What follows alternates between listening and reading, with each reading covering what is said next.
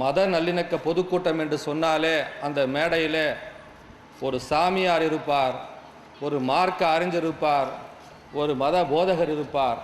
ஆனால் சற்று வித்தியாசமாக சிந்தித்து அத்துணை சமுதாயத்தையும் சேர்ந்த கல்வியாளர்களை இந்த மேடையிலே அமர வைத்து அங்கே ஒரு வாழ்த்தை நாம் வழங்க வாய்ப்பு அளித்திருக்கிறோம் என்று சொன்னால் இந்த காலத்தின் கட்டாயம் இந்த சமுதாயத்திற்கு தேவையான விழிப்புணர்வு கல்வியின் மூலமாகவே கொடுக்க முடியும் என்பதை இந்த நிகழ்ச்சியின் மூலமாக நான் உணர்ந்து அதை ஒரு சிந்தனையை, ஒரு வித்தியாசமான சிந்தனை செய்திருக்கின்ற இந்த நிகழ்ச்சியின் பொறுப்பாளர்களை நான் மனதார பாராட்டி வரவேற்கின்றேன்.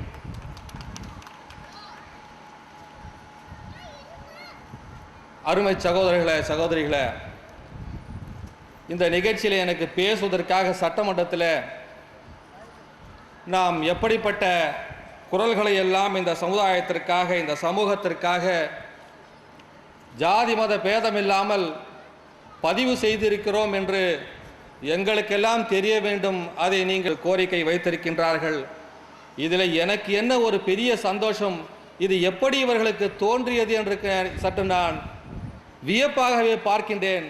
வந்து அமர்ந்தவுடனேயே ஒரு மாற்றுத்திறனாளி சகோதரிக்கு ஒரு கேடயமும் ஒரு சால்வையும் கொடுத்து மரியாதை செய்யக்கூடிய வாய்ப்பு எனக்கு கொடுத்தார்கள் என்று சொன்னால், சட்டமன்றத்திலே முதலாக மாற்றுத்திறனாளிகளுக்காக பேசி பல்வேறு உதவிகளை பெற்று தந்தவன் மனிதநேய மக்கள் கட்சியை சேர்ந்தவன் என்ற அடிப்படையில் நான் பெருமையோடு அதை நான் சந்தோஷத்தோடு அதை நான் இங்கே செய்தேன். ஏனென்று சொன்னால் 2011 முதல் சட்டமன்ற கூட்டத்தொடரிலேயே மாற்றுத்திறனாளிக்காக நான் பேசியவன். எப்படி என்று சொன்னால், சமுதாயத்தில் மிகப்பெரிய அளவுக்கு ஒடுக்கப்பட்டவர்கள் ஒரு வாடகைக்கு வீடு வேண்டும் என்று சொன்னால் கூட முதல்ல அவர் உடல்களை பார்த்து அவர்களை ஒரு இழிவாக இலக்காரமாக பார்த்தவர்களுக்கு வீடு கொடுப்பதற்கு கூட சிந்தித்தின்ற காலத்திலே நான் சட்டமன்றத்திலே ஒரு கோரிக்கை வைத்தேன். சமுதாயத்திலே ஒடுக்கப்பட்டவர்கள் அந்த மாற்றுத்திறனாளிகள் அவர்களுக்கு தமிழ்நாடு வீட்டு வசதி வாரியத்திலே இடஒதுக்கீடு வீடுகளை ஒதுக்கீடு செய்ய வேண்டும் என்று நான் ஒரு கோரிக்கை அன்றைக்கு நான் பதிவு செய்தேன்.